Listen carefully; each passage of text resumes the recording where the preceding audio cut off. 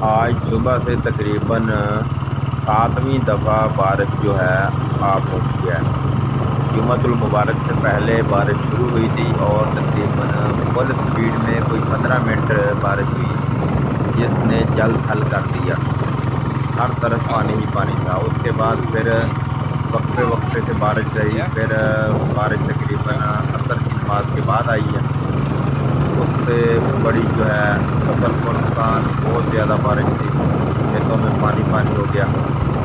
جو زمینیں کلر والی ہیں، سینڈ والی ہیں، وہاں تو بہت ہی زیادہ پانی ہے، اور جو اونچے رقبے ہیں، ٹبے والی زمین ہے، ریتلی، وہاں پہ بھی تقریباً جو فصلیں ہیں وہ ابھی مرجھانا شروع ہو گئی ہیں، کیونکہ پانی زمین میں نمی بہت